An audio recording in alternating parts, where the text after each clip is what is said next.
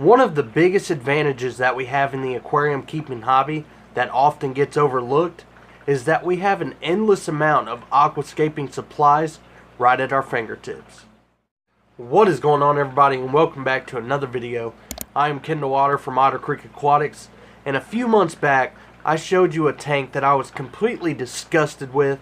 I completely ripped it apart, rescaped it, and when I showed you all that tank, it was really only the Hardscape that I showed you with a few different plants.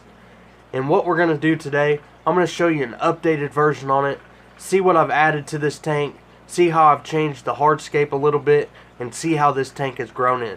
So let's go ahead and dive in. So first I wanted to do this flashback for those of you that never got to see the 38-gallon bow front after I rescaped it. And for those of you that have seen it but may have forgotten what it looked like, here's an image for you.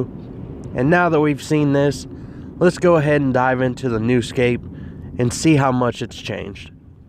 So right off the bat, you can see how much more seasoned this tank looks.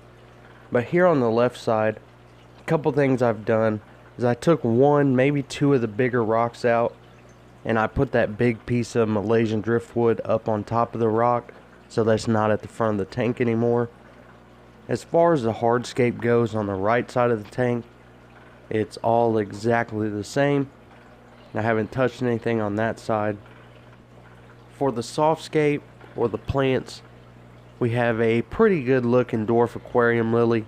It's really starting to come into it and starting to show some deep reds. Next we have the Ludwigia repens, which is actually ready to be propagated. Next we have is what I call Crypt Valley, and it's basically just a mixture of some red and green Cryptocorn winties. Next is the Hygrophila corymbosa parawatota, and it does have a nutrient deficiency, which I'm taking steps into getting that taken care of. Next we have my pride and joy, the Alternanthera renicky. This is a beautiful red stem plant, and it's also ready to be propagated. Here in the back, you can't see it too well, but it is the Hygrophila cordata red.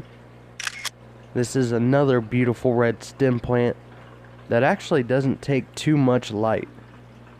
So red plants normally take a high intensity light, where the Hygrophila cordata red, you can get away with a low tech setup.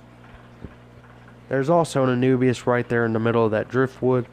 As far as the livestock, this is basically a 2.0 version of the Otter Creek Aquatic mutt guppies, because I have thrown in some higher strains, some Dumbo ear that I pulled from some of my species only breeding tanks. I have a green phantom pleco, the L200, and some corridors that I still have yet to identify completely. So this tank has actually gone from being the most disgusted tank in the fish room that I literally wanted nothing to do with. I didn't even want to do a water change on this tank, to now my absolute favorite tank in the fish room. And there's a couple reasons for this. Number one is the natural aquascape, and number two is that this tank is really well balanced. And the reason that I know this is well balanced is because I'm not pulling hair algae out of the tank like I am in all my other tanks. I'm not having to scrape algae off the glass. I think the last time I scraped algae off the glass was about 2 months ago, before I got all these extra plants in this tank. And just because of those two reasons, I've had a lot more enjoyment out of this tank. And literally all I have to do is put in a siphon tube, pull out some water, throw it back in, and I'm done. I'm good to go. I'm on my way. And this has made this tank really enjoyable for me, so I have minimal maintenance, and all I have to do really is sit back and watch the fish. So my challenge for you all is, what can you do to make your aquariums more enjoyable for yourself? Do you not like the aquascape? Well, then go out and find something to help rescape that tank. Tear it all down and rescape it the way that you want, whether it's going out and finding something in the wild or trying to replicate someone else's scape that you've seen. Go out and buy the stuff online, tear it out, and rescape that tank. Is your tank unbalanced to where you're constantly having to pull algae out of the tank or constantly having to scrape the glass? well then make sure you're doing the documentation and putting into work to try and get that tank balanced for yourself. It's going to benefit you in the long run, because all you're going to have to do is put in that siphon tube, pull water out, and put water in. Nobody likes to constantly do maintenance on their aquariums, so make sure you're documenting it and make sure you're trying to get more in tune with your tank.